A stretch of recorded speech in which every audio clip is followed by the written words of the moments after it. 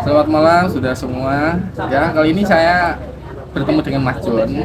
Nah, pada statement atau video kali ini nanti kita akan membahas tentang jamasan dan narasumbernya adalah Mas Jun. Jamasan itu kenapa harus dilakukan dan misalnya nggak dilakukan apa ada efek negatifnya atau enggak ada? Kenapa jamasan itu harus dilakukan? Ya harus sebenarnya, tapi tidak seperti apa yang masyarakat umum ketahui. Di masyarakat umum itu kan ada semacam paradigma bahwa setiap tahun itu pusaka, baik itu keris, baik itu tombak maupun dan yang lainnya itu harus dijamas. Padahal itu tidak sepenuhnya benar dan tidak sepenuhnya salah. Tidak sepenuhnya benarnya begini. Jadi jamasan itu pada prinsipnya itu kan membersihkan gula. Walaupun ada yang berpendapat bahwa jamasan itu ya membersihkan secara fisik dan non fisik. Tapi untuk konteks kali ini kita berbicaranya pada konteks fisik. Jadi ketika memang gila itu kotor, baiknya dijamas. Ya, jamasan itu kan kalau kita bicara yang komplit itu kan dimulai dari proses mutik. Proses mutik itu ketika memang gila itu kotor atau berkarat, itu memang ya diputih, dibersihkan supaya karatnya hilang. Setelah itu proses yang setelah mutih itu yaitu diwarangi dengan dicelupkan di jalan larangan dengan bermacam teknik sih, ada yang dioles, ada yang dicelup itu. Setelah bersih, fungsinya larangan kan untuk menampilkan yang pertama untuk menampilkan keindahan sebuah pusaka yang nanti dia yang besinya itu bisa berwarna hitam, yang baja itu bisa berwarna abu-abu, yang pamornya itu nanti berwarna putih. Itu yang fungsi larangan. Setelah yang kedua juga untuk melindungi besi itu supaya tidak mudah berkarat. Setelah itu setelah diwarnanya selesai, ada yang kemudian mempunyai pengertian bahwa jamasan itu itu benar. Jadi setelah diwarnai kemudian itu disiram dengan air kembang. Ada juga yang meyakini harus diusap dengan bunganya ada, tapi ada juga yang cukup disiram dengan air bunga. Setelah itu dikeringkan, dilap, kemudian proses yang terakhir itu kemudian itu proses jamasan ketika yang makanya saya bilang itu tidak sepenuhnya benar, tidak sepenuhnya salah. Tapi bagaimana ketika kita punya pusaka yang sudah warangan dan pada tahun misalnya di bulan Syawal ini ternyata bersih karena merawatnya benar bersih, apakah harus dijamas seperti ini? Kan ada mitos yang mengatakan air kas atau sisa dari boleh dibuang sembarangan. Nah, kira-kira itu gimana?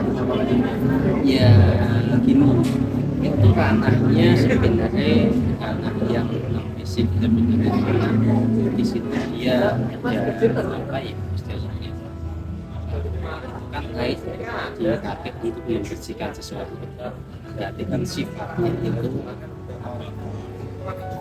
jadi baiknya itu dibuang di istilahnya dia di sungai supaya dia tidak kalau dari sisi minyaknya itu mengandung energi yang mungkin cenderung negatif. Kalau dibuang sembarangan, takutnya di tempat kita buang itu tempat itu jadi dia menyimpan energi negatif di situ. Kalau paling aman ya dibuang di air yang mengalir. aliran sungai atau Ya misalnya gini, kadang kan ada pusaka yang kategorinya warangannya masih bagus. Iya. Misalnya kalau dikremasi dalam arti cuma diminyaki saja, boleh nggak? boleh saja. Nah itu minyaknya minyak khusus atau memang asal beli minyak di tempat jualan bunga atau minyak-minyak tertentu? Nah, kalau apa namanya, kalau saya pribadi dan yang saya terima dari banyak minyak itu sebenarnya fungsinya ya tinggal 3 fungsi. Fungsi minyak itu supaya bila itu tidak mudah berkarat. Jadi ada yang istilahnya dia percaya pada minyak tertentu, misalnya dia pakai itu hanya aroma. Oh, hanya Kalau aroma. ya kalau kacendana, misik, kemudian apa namanya melati. itu hanya aroma, itu selera ya, selera. Dan walaupun ada juga yang mempercayai sesuatu, tapi fakta di lapangan itu banyak yang juga memakai minyak pabrikan. Nah, pabrikan itu kayak gimana? Ya, contoh misalnya minyak jenis minyak parafin yang dicampur dengan aroma tadi. Jadi misalnya basicnya itu minyak silikon atau minyak parafin, dia dicampur dengan aroma cendana, dia dicampur dengan aroma melati. Kemudian yang penting dijadikan apa namanya, yang dijadikan pedoman adalah sebisa mungkin minyak itu tidak mengandung air, karena kadang ada loh minyak batu dari kita beri dia ada kandungan airnya. Karena ya tahu sendiri kan ketika logam dia kena air kita simpan pasti berkarat. Dua, sebisa mungkin menghindari minyak yang mengandung alkohol. Terus pertanyaannya bagaimana caranya kita tahu ketika kita beli minyak yang ada air sih kelihatan, ada yang juga kelihatan yang ada alurnya, enggak kan susah ya. Caranya gampang, cari aja styrofoam, teteskan. Kalau dia kemudian berlubang atau cekok, dia punya kandungan kalau dia biasa saja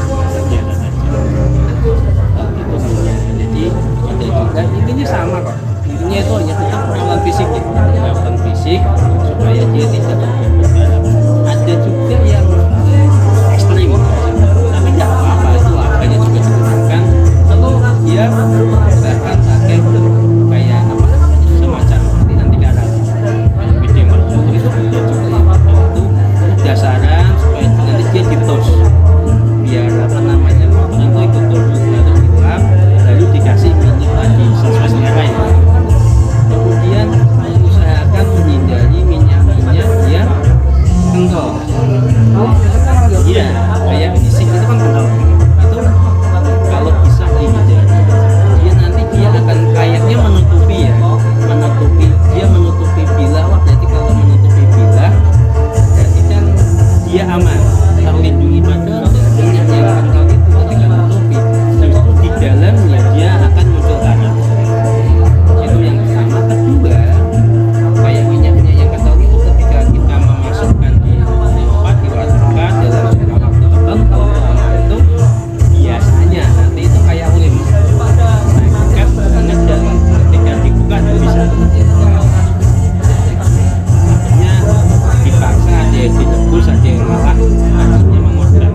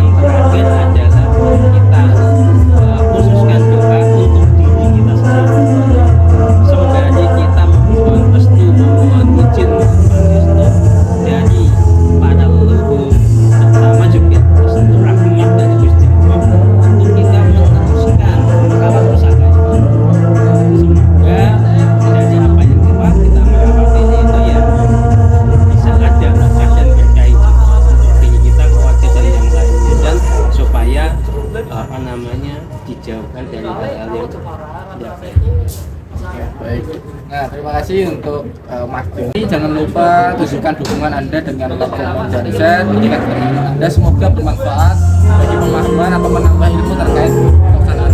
Sekian, terima kasih.